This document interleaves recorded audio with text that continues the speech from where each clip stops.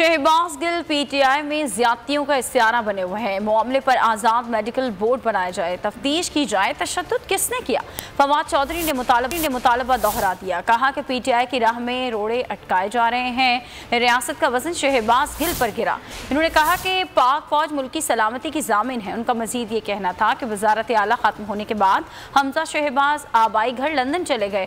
हुकूमत ने 10 सितंबर तक इस्तीफा ना दिया तो मामला जल्सों से आगे निकल जाएगा।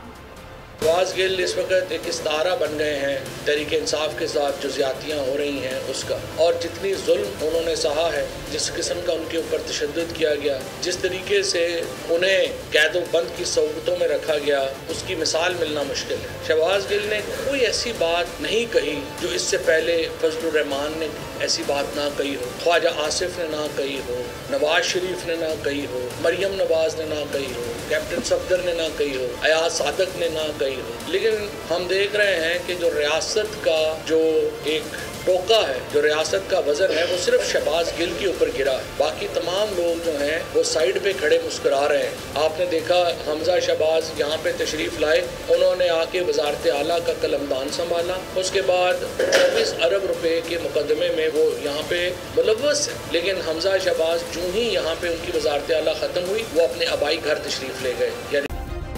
सब्सक्राइब करें और बेल दबाएं ताकि कोई खबर रह न जाए।